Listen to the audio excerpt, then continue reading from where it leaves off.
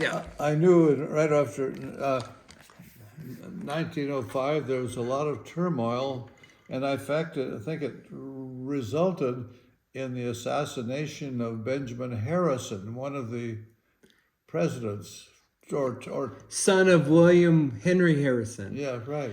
They were I'm blood related to them. Are you? In my DNA track. Yeah, true. No wonder I'm so noble.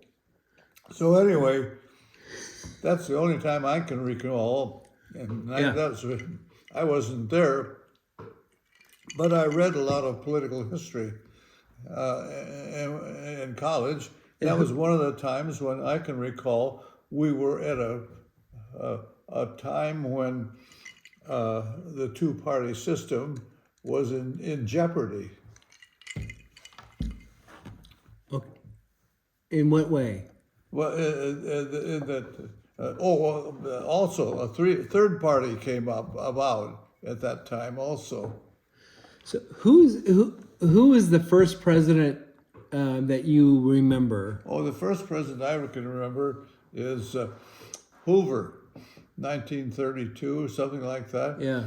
And he served for one term, and the Depression had hit, Wall Street and all that sort of thing crashed, and he was defeated by Franklin Delano Roosevelt, who served 2 full terms and then a partial term before he died in office.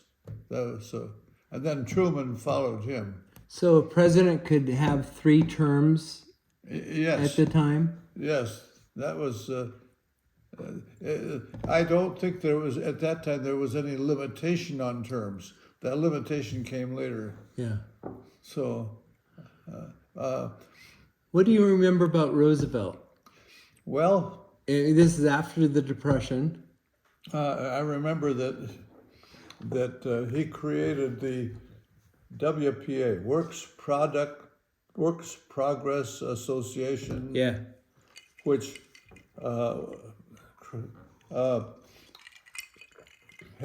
created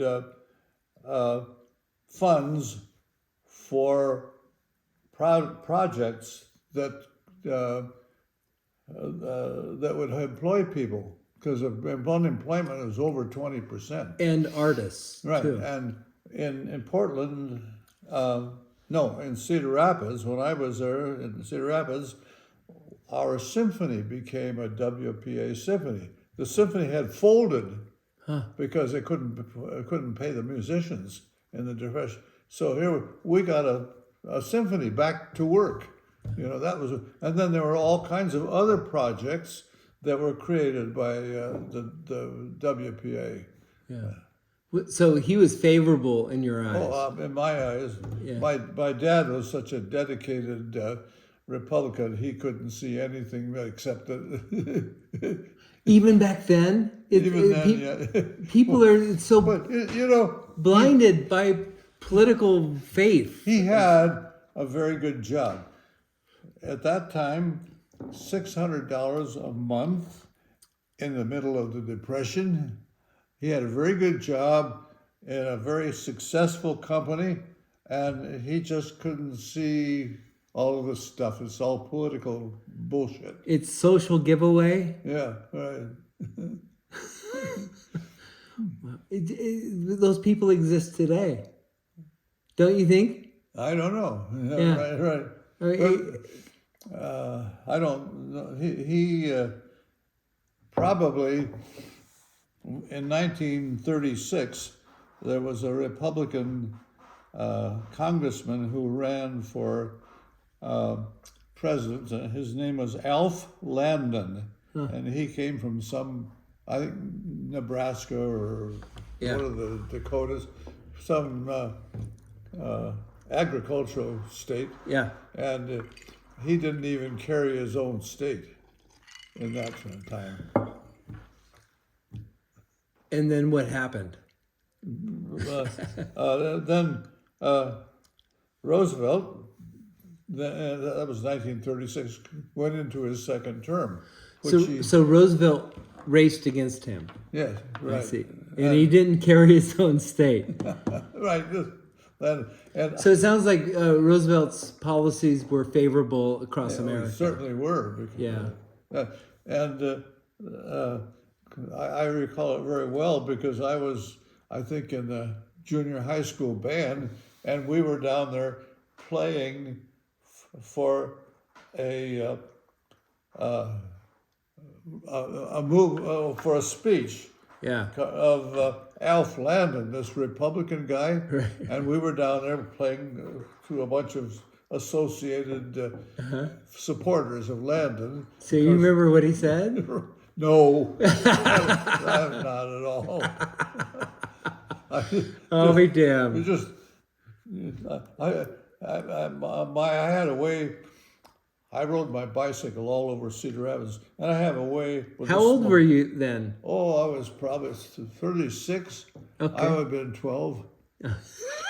That's when you had your polka band, right? No, you have to go. I had to be 14 for my polka band. But this, I had a con, what was it, con something cornet, and I could strap it on the back of my bicycle. And as soon as the speech was over, as soon as we played, I strapped it on and rode home.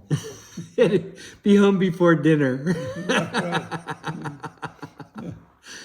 I'll be damned.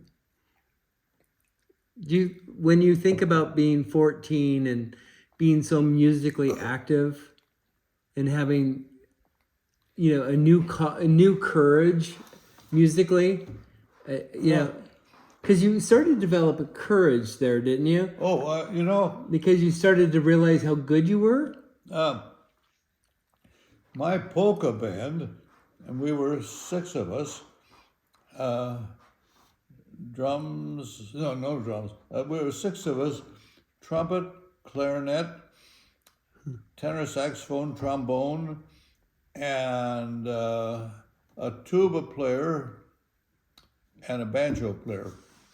6 of us, and we were so popular, all of us in the 7th grade, that we were getting gigs all over the place. And you were in the 7th grade? Yes. Your band was, but you could have said, you titled your band the 7th Graders. I don't know what I called it. I have no idea what I called it. Don't recall. But anyway, this is the Depression is starting to work itself out of it. Yeah. And there were all kinds of openings of new super service gas stations. We would play for. We would get for a 2-hour opening or 4-hour openings. We would get $2 each. So that was $12 total. Yeah. I think probably 13. Playing at a gas station. Right. Playing for them, and then there were so many other business opportunities, and at one point, we were playing from these small polka books that would fit on a lyre, so on your cornet or clarinet. So Lyres. They called it lyres. you'd play a 16-bar phrase, which then would repeat. You're back, so you're now playing 32 phrases, and this was so tiring that monotonous. well, I bought a book on arranging, Spud Murphy's beginning book of arranging, so I could.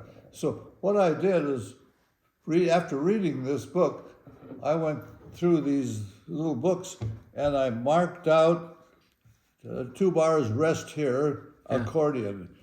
I fired the tenor saxophone player and hired an accordion player because the tuba, banjo, and accordion could play nicely in those and give us some rest. That was my first introduction to arranging, just giving us some rest. Interesting. So explain that musical rest to me. So Well, what were you doing that now you can rest through? Instead of playing 16 bars here, then repeating and that same thing then playing 32 bars. I would have us playing 14 bars, 2 bars rest. The accordion would play that, so we got a couple of bars rest. Then back in, coming back, and so and I could go through all of these little books Yeah. and mark them up that way. Accordion here. Yeah. So that was my introduction to arranging. Huh. Was eliminating some of the The pressure to keep the click- weir the eliminating the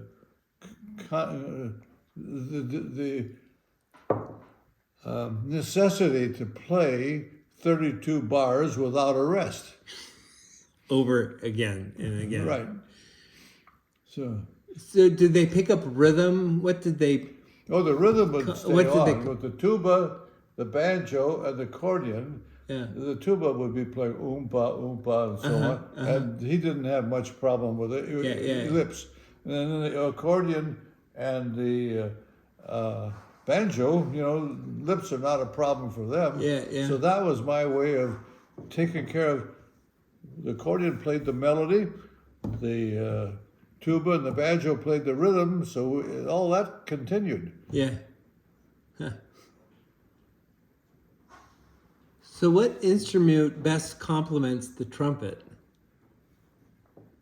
Well, Is that a dumb question? yeah, I don't know. Okay, let's move on.